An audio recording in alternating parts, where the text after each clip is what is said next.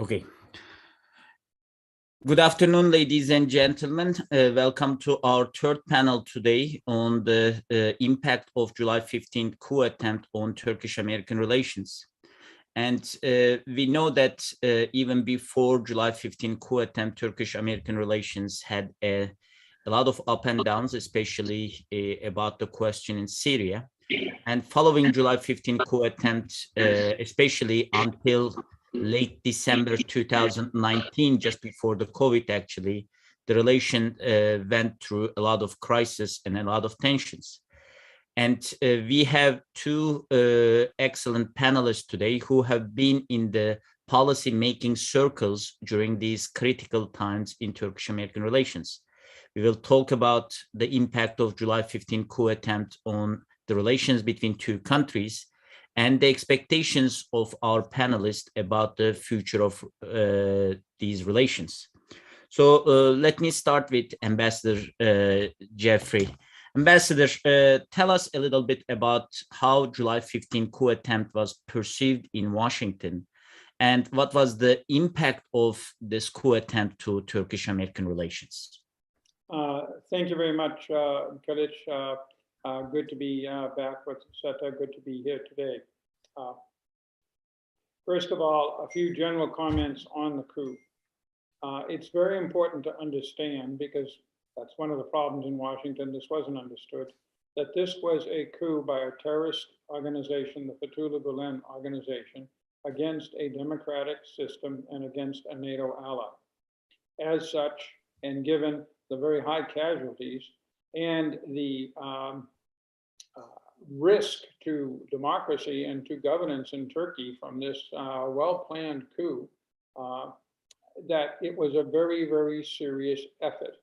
And the democratic system and stability in Turkey was saved by the rapid actions of its government leaders, beginning with President Erdogan, and also by the people who essentially rose up to stop the coup.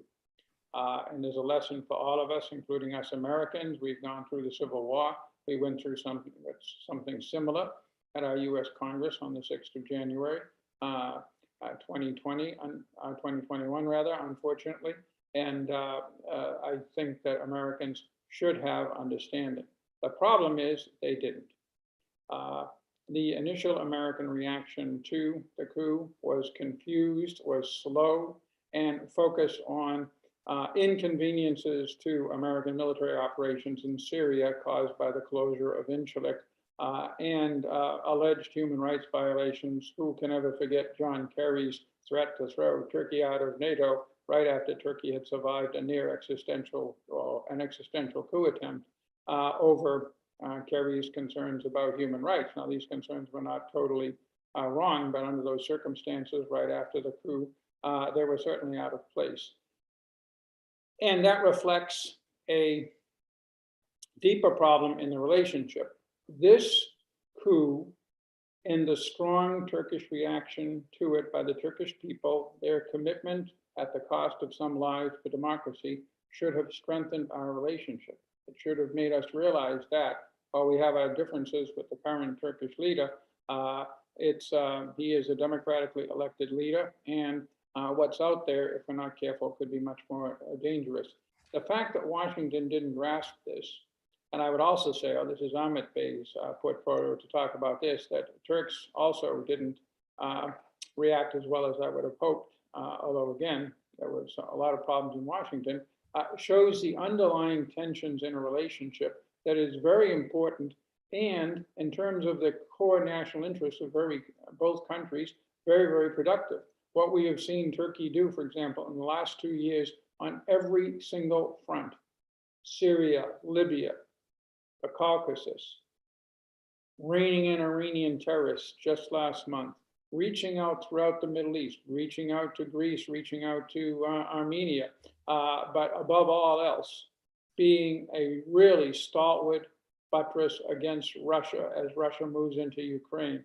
No one could replace Turkey. So the relationship really should be stronger than alas it is. That reflects underlying problems in the relationship. That is, first of all, the Americans didn't understand the Fethullah Gulen movement. That is a flaw of our analysis and reporting, both from the standpoint of the US government and from the standpoint of the American media. And it also reflected the extraordinary propaganda skills of the Gulenist movement. They should never be denied. Only one American official, who I'm not allowed to name, ever did much reporting on the Gulenist movement before 2016. The reaction, first of all, was, gee, is this real? Is this something that President Erdogan has cooked up? It took Washington days to get out of that fixation with, we have to know all the facts. To their credit, the White House, President Obama, was reaching out immediately to try to know what happened. This has nothing to do with Turkey. Believe me, I worked for President Obama for 4 years. He is, as we say, look before you leap. That's his nature. 9 times out of 10, that's the right course of action for a politician or a leader. But there's the 10th time. The Turkish coup was the 10th time. Putin got it right, we got it wrong. Let's face it. It's one of these things of, well, gee, if it is a real coup, we damn well better respond right now. But even if it isn't a real coup, we don't lose anything by responding right now. You know, that's the kind of sloppy logic that people in the trenches like me use in diplomacy. President Obama wanted to be very specific. That lack of leadership led, we call them the mattress mice, including the head of our national intelligence, the commander in the Middle East, and alas, John Kerry himself, to say a whole series of stupid things about the coup in Turkey. The problem was, first of all, and as I said, this is Ahmet's job to outline this, that irritated everybody in Turkey, adding to the problems we already had with the fact that the inspiration for the coup, at a minimum, Fethullah Gulen, was sitting in Pennsylvania. But then, because that led to an understandable Turkish reaction, and Washington never fixed this thing. I mean, I don't know of any official who has come out and stated as clearly as I just did the facts about this coup. Yet there's nobody in Washington, nowhere in the intelligence community or any place, an alternative opinion. Washington, embarrassed now over 3 administrations, just ignores the coup. But it is crucially important to the people of Turkey. It's like 9/11 to us. And the American political leadership didn't understand that. The foreign policy community, which is both official and unofficial, basically either ignored that or, you know, reflected, how can I put it, cynical skepticism towards everything that was coming out of Turkey. And the result was a further deterioration in a relationship where this should have been a huge step forward. You know, we should be proud of our Turkish allies. We should be proud of the Turkish people. We should be proud of how we've worked together for all these years and how our example, their own examples, the past, contributed to the heroic efforts of the Turkish people to preserve democracy. I mean, isn't that what we want in the world? I'll rest my case there. Thank you very much, Ambassador Jeffrey. Ambassador Yildiz, your perspective about how July 15 coup attempt impact Turkish-American relations?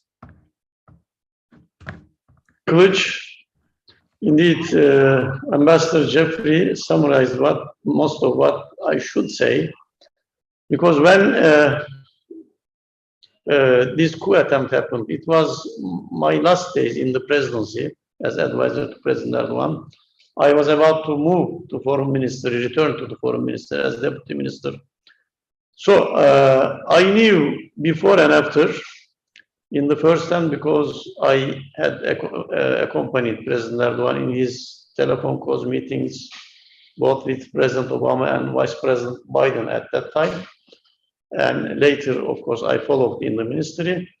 Of course, this coup attempt happened at a time when the trust between the two countries started eroding due to PKK, PYD, YPG support by the US and delivery of weapons to them, and unfortunately some rhetoric I sometimes say that President Obama was saying that Kurds will continue after the war, the whole Turkish-Syrian border. So, of course, as Ambassador said, there was vague attitude in Washington, D.C. about how to describe this coup attempt, how to react, and how to address the Turkish extradition requests and also Turkish requests for closure of schools, affiliated schools to this organization. So Kılıç Bey, an ambassador, these caused that most of the Turkish people, at least some of the Turkish people, started thinking that US may be behind this. I disagree with this, but it caused this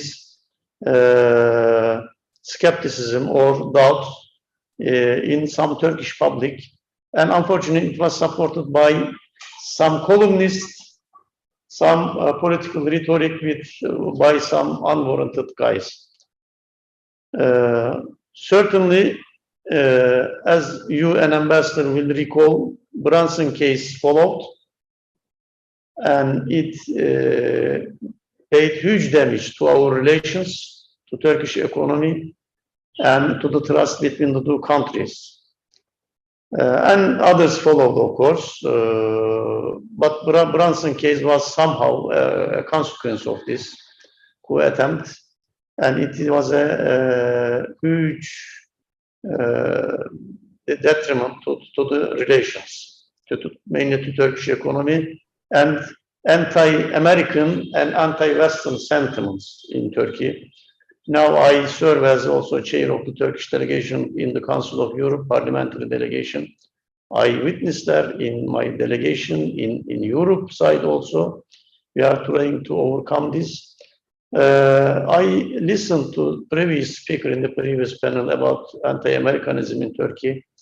It is not just because American, also because of discrimination by the Europe. Ambassador knows it very well from his service.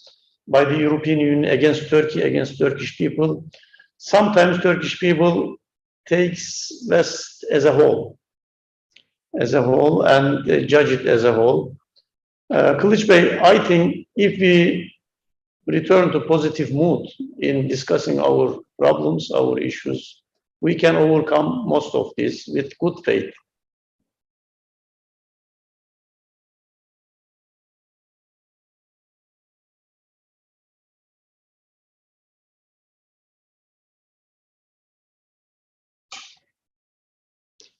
We can't hear you.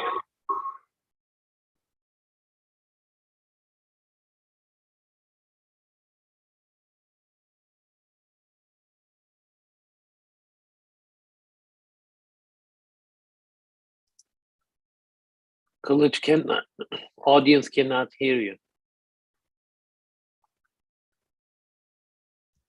Can you hear me now? Yes. Okay. Apologies.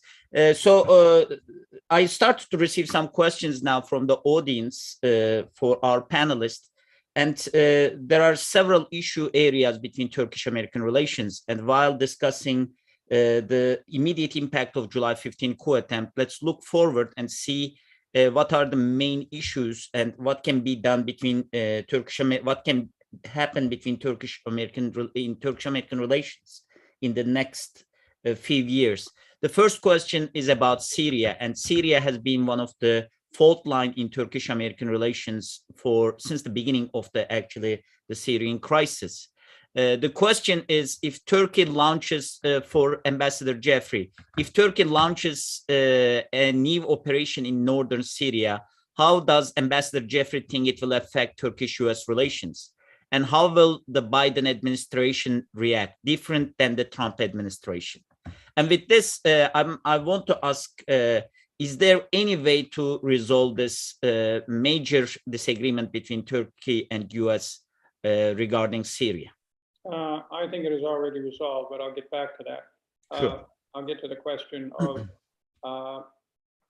if the Turks launched an operation into an underlying northeast Syria, that is either to the east or to the west of where they did the Peace Spring operation between the Euphrates and the Iraqi border, that would devastate U.S.-Turkish relations, because that would probably force the Biden administration to either have to withdraw its troops or have its troops defend its territory against a NATO ally.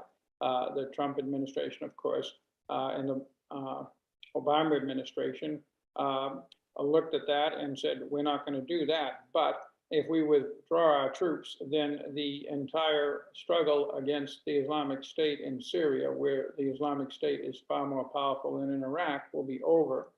And the United States and the other 80 nations, and believe me, I've dealt with all of them, will blame Turkey for having done that, because the Islamic State is still seen as a threat, certainly as a threat to Turkey. It has probably killed more Turks in the last 7 years than I can think of any other terrorist group in a whole series of attacks in 2015, 2016. And it, of course, destabilizes much of Iraq and Syria, which is of interest to Turkey. So it's an important thing. And thus, if the United States were to withdraw, I don't think such an attack is likely. I think that if you take the Turkish comments seriously, it is a 30-kilometer deep buffer zone south of the Turkish border. The Turkish forces have had that since October 2019 in the central sector. In the other two sectors, west to the Euphrates and east to the Iraqi border, you're dealing with Russian forces in that area and what's called the Sochi Agreement of October 2019 with the Russians.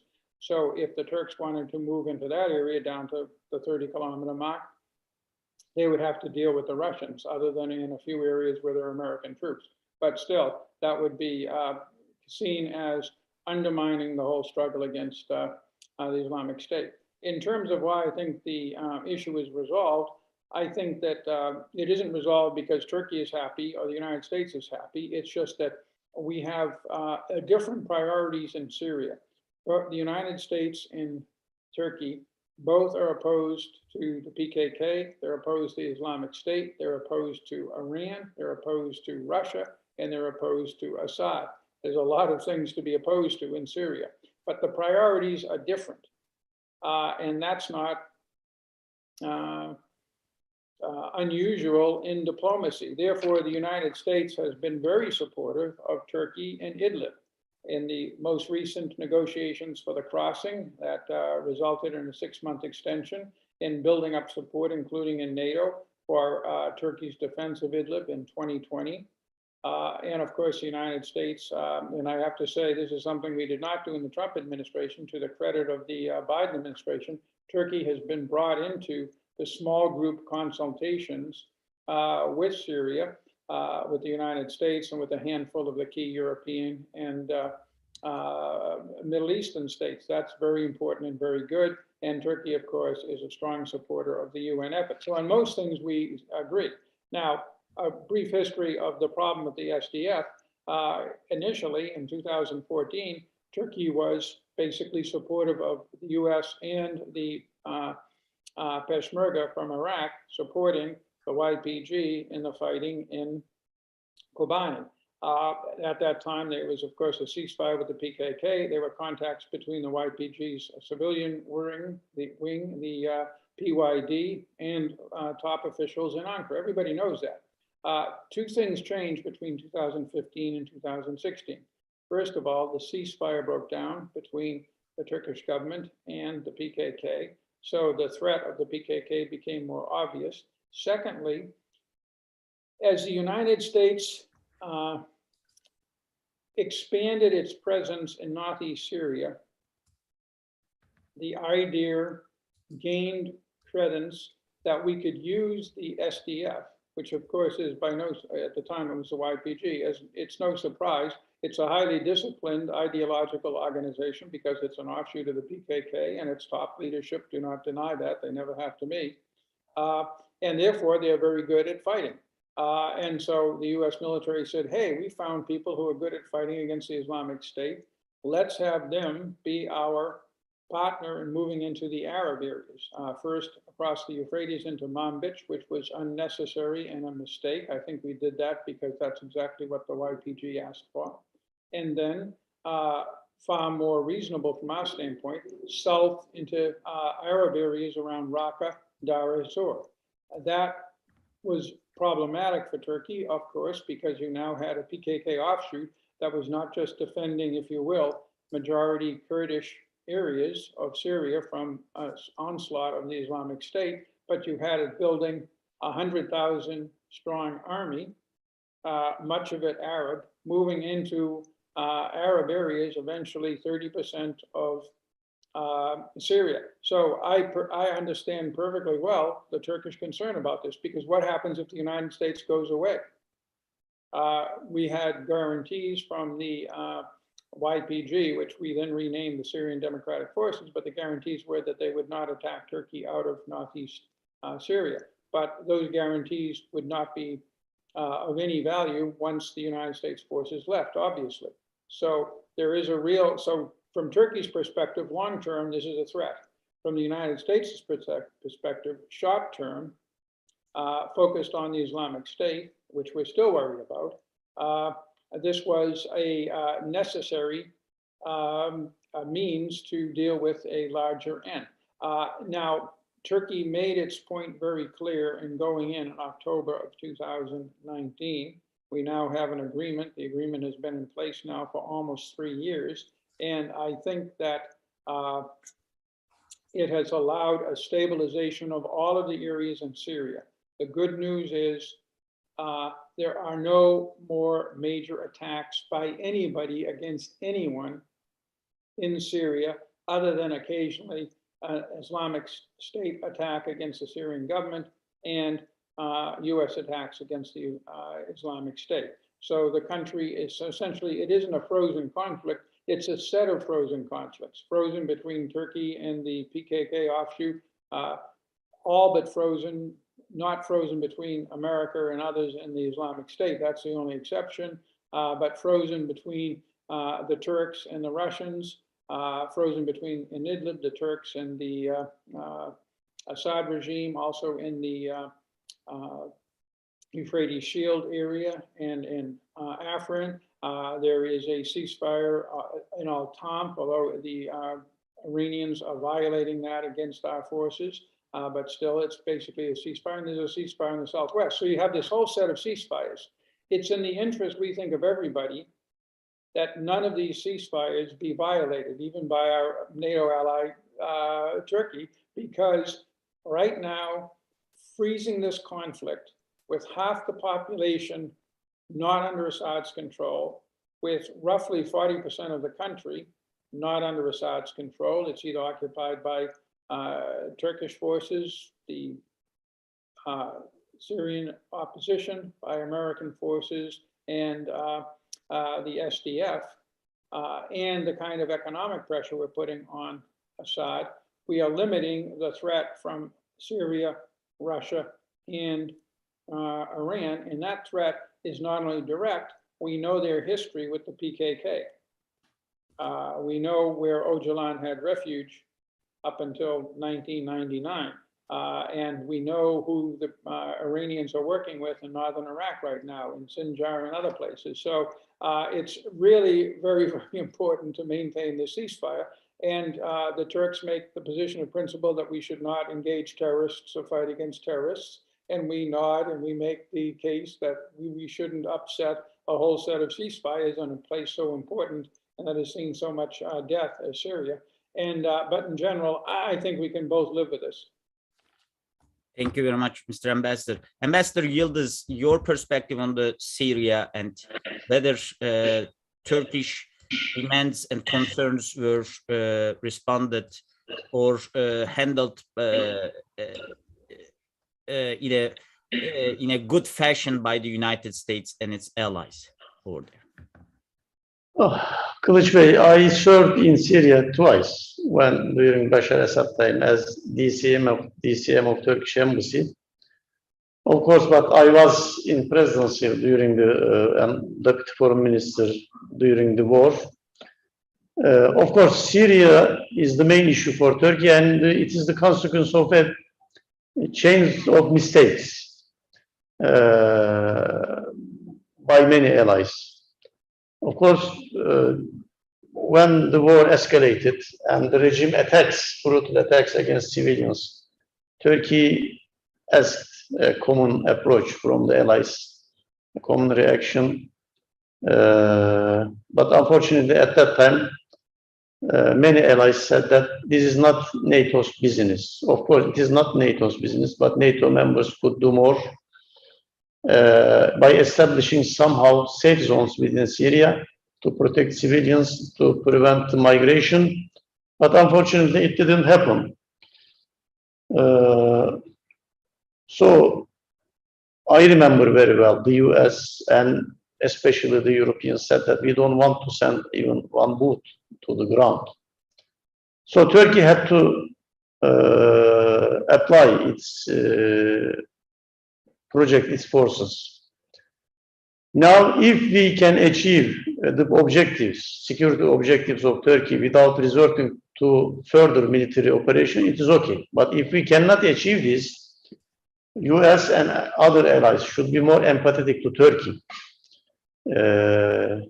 Turkey has 900 kilometers border. Some of them is controlled by Turkish forces now, but most is either by regime, by PKK offshoots. I'm sure if Turkey deems it necessary for its security, it will make operations as it did in the past. The numbers in my notes are different what Ambassador said. Since 2020, there are more than 1,700 attacks against Turkey by PKK offshoots. 25 soldiers died, around 400 civilians died. So I hope the security objective will be achieved through peaceful means. But if the operation is necessary, Turkey, of course, in consultation with allies, inform the allies about it. Let's hope it will not be necessary. But Syria remains still the issue, number one issue for Turkey. Of course, Turkey always preferred UN brokered solution with support of friends of Syria, but we couldn't achieve this. Islamic State is a problem for everybody, especially for Turkey as a bordering country. We made operations against them both in Syria and Iraq. I personally know firsthand because I served as ambassador also in Mosul when Ambassador Jeffrey was in Iraq, I think, in Baghdad, I think. They attacked Turkish interests and we replied by operations. So Turkey takes both PKK, PYD, YPG and Islamic State at the terror organization and fight against all without discrimination. I wish, as Turkish MP, now I am not in diplomacy, I am a member of parliament. I wish Turkey and US return to coordination in Syria and to reorganize their common effort as they did in 2012, 13, 14, before starting supplying PYD, YPG. It poisoned everything, of course. There are a lot of business in Syria to stabilize country, to achieve peace, drafting the constitution, return of migrants, and of course, political transition. In the past, both countries have coordinated a lot, very well on these issues, but now we are apart due to reasons both Ambassador and I mentioned. But this Syria is the main security concern still due to regime's attacks and possible further attacks on the civilians in Idlib and continued PKK via PYD, YPG attacks and Islamic State, of course. We expect United States administration, President Biden, to be more empathetic to Turkish security needs and concerns. Syria cannot be stabilized, in my opinion, without Turkish-US coordination. I understand now some Russian troops are moving away because of Ukraine, maybe to support their troops in Ukrainian territory. I don't know much about what Russia is planning, how the regime these days is planning what to do. But in my opinion, it is good time for the US and Turkey to return to coordination in Syria. Thank you very much. Ambassador Jeffrey, there's a question about F-16 deal.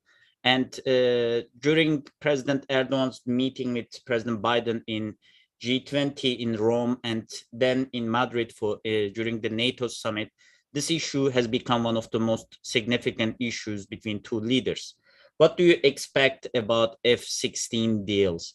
Do you think the congressional opposition would make a negative effect to this deal between two countries? First of all, I think it was a very smart diplomatic move for Turkey, even though it had been pulled out of the F-35 program, to make this suggestion that its Air Force be modernized with updated F-16s. I think everybody should greet that. It was a very, very wise compromise. And Washington perceived it that way. But Washington, perceives many things positively and acts on a minority of them. Aside from Tony Blinken, the Secretary of State, commenting on the American support for this, we didn't see a lot of energy. Well, to get a major arms sale through, be it with Egypt, Saudi Arabia, or Turkey, requires a whole lot of top-level emphasis. We hadn't seen that. Now, with the conversations that President Biden has had with President Erdogan in the past month, and with the continued key, crucial, I can't find enough adjectives, role that Turkey is playing. Every day it's something new in the Ukraine crisis, be it the Dardanelles, be it the shipments of grain out, be it negotiations, be it the weapons transfers, the diplomatic support, and at the same time, the actions Turkey has taken against Iran. This strongly suggests that Washington should support it. The problem is, no matter what Turkey does, good or less good, there is a large lobby in the American Congress opposed to doing anything to Turkey. Well, one of our defense ministers, speaking of the Russians, said, when we build up our forces, the Russians build up our forces. When we draw down our forces, the Russians continue to build up our forces. It's the same thing with Congress and Turkey. When Turkey is doing things that the Congress has some real concerns about, Congress is very negative. When Turkey is doing across the board all the right things, and right now I would say you're doing all the right things, which is why I'm a bit worried again about an incursion into Syria, you still get a lot of trouble from Congress. Most recently, just today or yesterday, they put language into the F-16, and I want to see that closely to see if it has changed, because here there is a problem, and this is Turkey's fault.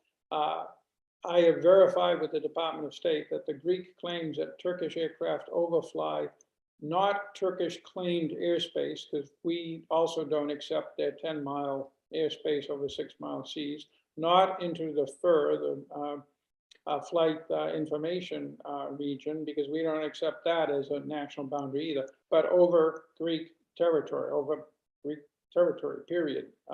And if that's so, that's a mistake, and Congress has put a condition on the sale of the F-16s to the administration, so the administration is going to have to work through this. If it is these other things that we often hear from Greece about the overflights in the Aegean and such, I think this is unfortunate because it's not Turkey's fault. This is Greece making sovereign claims that nobody else accepts, analogous to the Chinese in the South China Sea. But territory is territory, so that has to be worked out. Apart from that, I think that the F-16 sale should go through, but it's going to require President Biden making a few phone calls, and that's simply the nature of how you do these things. Thank you very much. Ambassador Yıldız, there's a question about the potential impact of the war in Ukraine, Russia-Ukraine war, to the Turkish-American relations. What do you expect if in a prolongation of this war, how could it impact Turkish-American relations? Indeed, Ukraine, of course, is a brutal war of aggression by Russia against a sovereign country. In my opinion, I think otherwise. It should be a catalyst to repair the relations and to enhance NATO and to return to basics of the collective defense. In the Council of Europe, every day we talk about Ukraine. And Ukraine delegation, Ukraine MPs are very happy what Turkey is doing for Ukraine. Before the start of war, of course, after the illegal annexation of Crimea and invasion of part of Donbass, and before 24th of February this year, everybody in the fora I serve, everybody is happy and positive about what Turkey is doing, both as mediation and also about Turkey-Ukraine defense industry relationship and other contributions by Turkey to Ukraine. So I expect that this war should be an opportunity, should be taken as an opportunity to enhance the relationship. But Kılıç Bey, what bothers me here is the language of threat and sanctions. It never worked in the relations with Turkey. It will never work. It even weakens and hampers the Article 5 commitment in NATO, in Turkish public opinion, in Turkish military folks, among diplomats also. Let me explain that way.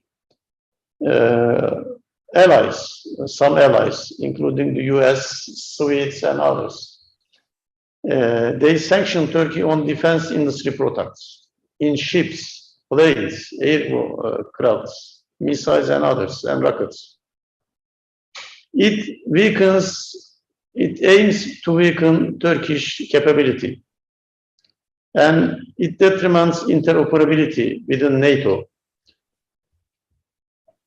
I mean the allies, such allies, by doing that, weaken Turkish defense capability and expect Turkish public to believe that they will come to Turkish defense in case of attack by a non-NATO country, enemy.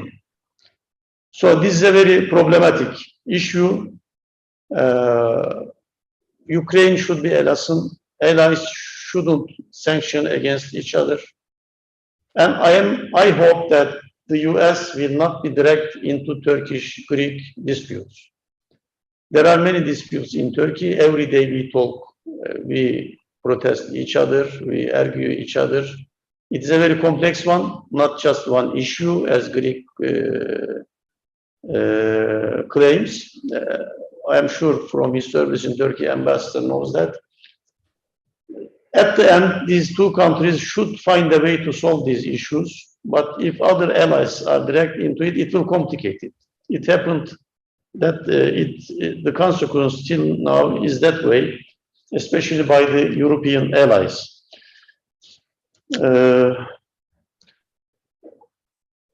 Kılıç Bey, what I think is that Turkey and US, if they cooperate on many issues, it will result in masterpieces, like we did in Baku-Tbilisi-Ceyhan pipeline. At that time, whole Europe was against it.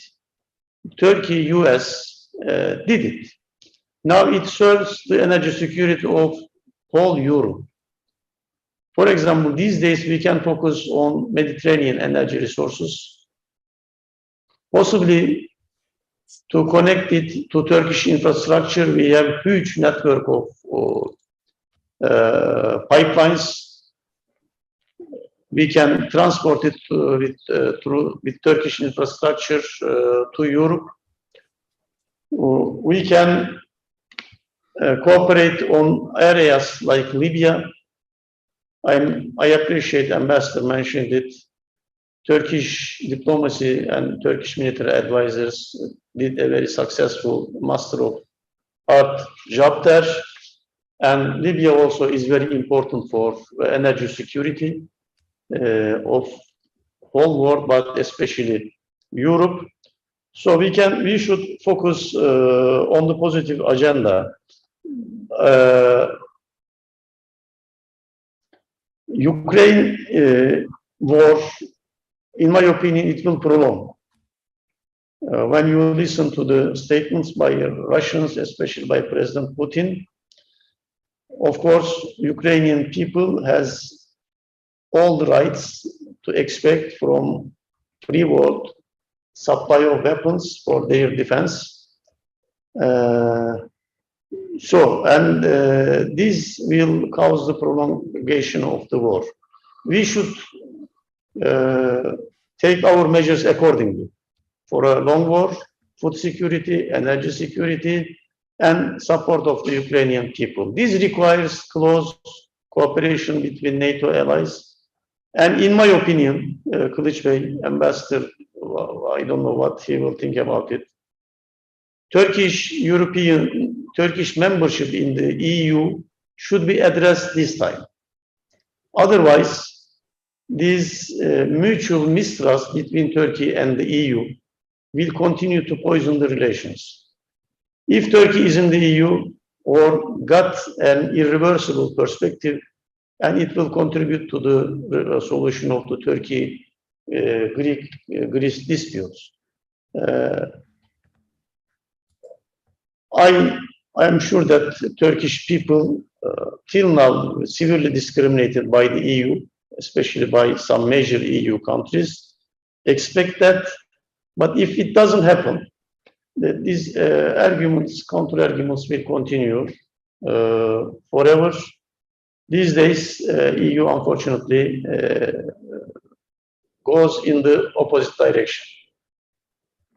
Thank you very much. Actually, you responded a question that comes about how serious is Turkey about EU membership. You just responded to that. Ambassador Jeffrey, do you want to add anything to? Sure. Three quick points. One, the U.S. has long, and I personally, as ambassador, have supported Turkey in the European Union. Turkey has some work to do, and Ahmed Bey knows this with his contacts with the European Council on Human Rights, but Turkey is in every way a legitimate European Union partner and member in the future. It would make the European Union far stronger. Two, with the exception for us existential technical reasons of the F-35 transfer, I've never seen a arms embargo or blockage of arms sales to Turkey or frankly any place else since 1974 that's made any sense.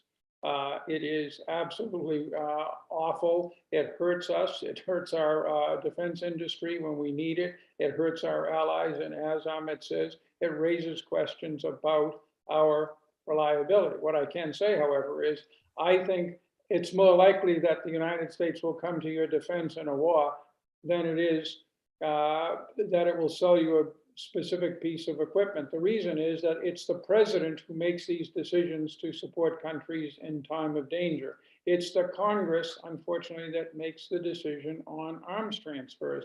That's a flaw in our system, emanating from the internal debate around the Vietnam War, and it's no sense trying to revisit it. It's a fact of life, and it's very hard for Turkey to get these weapon systems, as I said, no matter what Turkey does or doesn't do. And then the final thing, he's absolutely right. Those are wise words. I've followed the Greek-Turkish disputes for a long time. And this is terrain that the only American I trust to even know about the details of both sides is myself, and I'm out of government.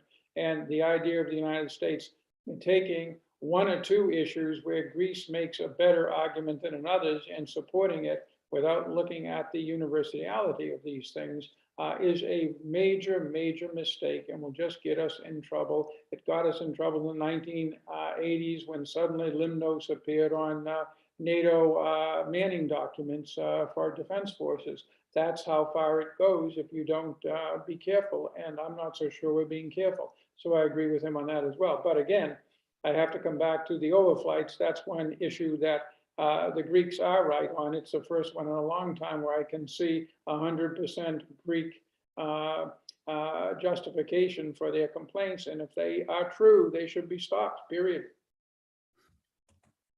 Thank you very much. Ambassador, the last set of questions, actually, Ambassador, there's a question about President Biden's visit to the Middle East, Israel and Saudi Arabia. Do you think this visit will have any impact on Turkish-American relations, given the change in Turkish foreign policy towards these countries as well? Absolutely. This visit is historic. First of all, it shows that the United States is finally moving to a sensible policy towards the Middle East, neither trying to transform it as we did from after 9/11 until the end of Obama's first administration. And Turkey, more than anyone else, knows how stupid all of those things were. Our problems in Afghanistan, despite much Turkish help, our problems in Iraq, the problems in Libya, the problems in Syria, and on and on.